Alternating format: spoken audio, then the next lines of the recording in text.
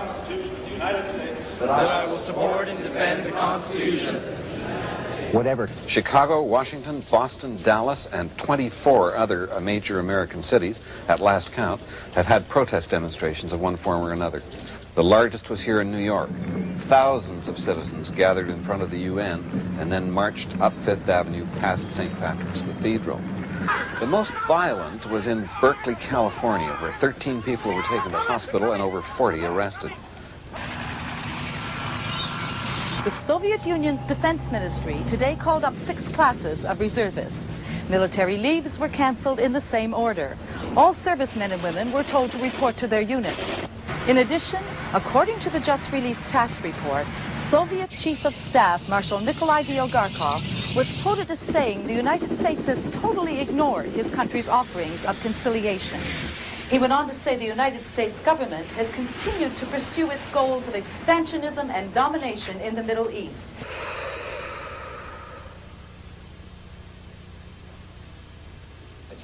We may well be operating on the premise that our much larger, more visible naval strength in the area will be sufficient as a deterrent to the Soviets. On the other hand, they have enormous numbers of land-based missiles within easy range of some very large targets. I'm afraid I can't escape the analogy of a chess match. We can only hope that with any luck and common sense, there will simply be maneuvering with no trading of pieces. Otherwise, in a direct confrontation, it would be difficult for either side to accept a stalemate. So what has to be avoided at all costs is direct military confrontation. Less than an hour ago, 2 S-3 Viking planes returned to the deck of the Nimitz, their mission accomplished.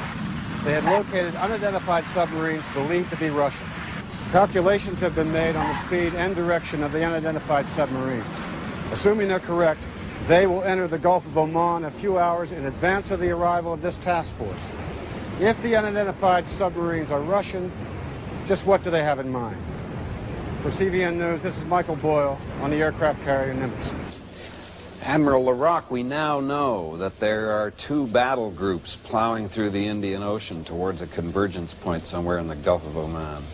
The Soviet group of attack submarines and our own Nimitz with her escort screen. What do you think is in the minds of the commanders of those 2 battle groups as they converge on each other? Well, I think very simply, in the minds of the U.S. commander and the Soviet commander, they are thinking in terms of nuclear war. The Soviets and the U.S. both have been making plans, practicing, training, and arming for nuclear war. Our main battery in both the United States Navy and the Soviet Navy at sea are nuclear weapons. And if you have Soviet submarines, as apparently is happening, converging with our aircraft carriers, it's just a question of which side uses nuclear weapons first. I know that from my own experience that I would not hesitate 1 minute to use nuclear weapons when confronted with Soviet submarines, because I'm totally aware that the Soviets have nuclear weapons that they can fire at our carrier battle group. So it's just a question of which side uses them first. Any war with the Soviet Union will be a nuclear war. The government today has ordered the shutdown of the nation's nuclear-fueled power plants. The spokesman for the nuclear regulatory body said that the closings are being ordered as a precautionary measure. Oh, all right, zoom in. Due to unusual demands being placed on departmental officials, daily briefings for the news media are suspended until further notice. Get on the phone. See what you can find out. Yes, Nancy, we have you. Well, Don, as you can see, John J. Bingham has left without taking any questions. It's highly unusual. Of course, the one question left on everybody's mind is, what is this crisis all about? Oman's toll charge, Persian Gulf oil, Soviet troops in the Iranian border? I think the only conclusion we can draw is that the people who are making the tough decisions here in Washington are really under tremendous pressure. I've never seen it like this. It's almost as if official Washington has gone into the bunker. Now all we can do is wait and see what happens next, and who, if anyone, is going to tell us when it does. It seems incredible that it was only 12 days ago that the default of Chile and Argentina and Brazil caused this crisis. Demonstrations in Japan and many other countries throughout the world are a clear response to a drama being played out between the United States and the Soviet Union. We're going live now to Michael Boyle on the aircraft carrier Nimitz in the Gulf of Oman. Dawn, a short time ago, the Nimitz press liaison informed us that we are now within 10 miles of that area, now claimed by Oman as its territorial waters in the Strait of Hormuz. The flight deck of the Nimitz has seen a flurry of activity. Fighter jets taking off to fly over the strait, inspect Omani gunboat positions, and then return. Two things to remember. First, this task force, the Nimitz, and an untold number of cruisers, frigates, and sub-chasers is still being dogged by an invisible flotilla of Russian submarines. Second, the Nimitz continues full speed ahead into the Strait of Hormuz. Make a question. What exactly is the mission besides guaranteeing passage through the strait? Well, they're still sticking to the official version. If they have any other orders, they're not saying anything about it. What about firepower? Can you confirm that we're nuclear capable out there? Dawn, we've known for years now that many of these ships and planes are dual capable. There's no reason to suspect that that's changed for this operation. But officially, there's no answer to that question. It was an angry crowd that gathered here today. Presidential security personnel quickly called in Washington police, requesting that the park and the streets immediately surrounding the White House be cleared. The mood of the demonstrators was one of frustration, which rapidly exploded into violence as the police went into action. Tempers flared on both sides, and for a short time, the situation threatened to become extremely dangerous.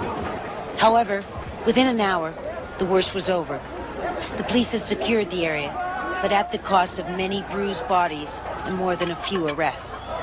Repeating, a giant supertanker has exploded in the Strait of Hormuz and appears to be heavily damaged. Yep. Okay, we have that report now from Michael Boyle. Daylight has revealed the terrible damage done to a Dutch oil tanker, the Erstig. In an apparent attempt to run the blockade under cover of darkness, the Erstig was fired on by an Omani gunboat. The explosion, which ripped open the hull of the Dutch tanker, has caused a tremendous fire, sending black smoke hundreds of feet into the air. There are still no official estimates of casualties, but it is hard to imagine that anyone survived. Not once during our helicopter flight did we see any Omani gunboats. However, just a few miles from the burning Erstig, we observed a Russian nuclear submarine of the Typhoon class. The Erstig has been fatally damaged and is sinking into the sea, the first casualty of the growing conflict in the Gulf of Oman. The big question here is, how will the world's two superpowers, now both committed to protecting their vital interests with military force, will react as they both sail into the Strait of Hormuz? This is Michael Boyle on the Nimitz. Congressman Gingrich, is there anything that's worth blowing away the world, worth the risk of a nuclear confrontation that could be set off by the convergence of these two great naval task forces out there in the Middle East? Don, tragically, you've asked the right question. There is no thing worth nuclear war.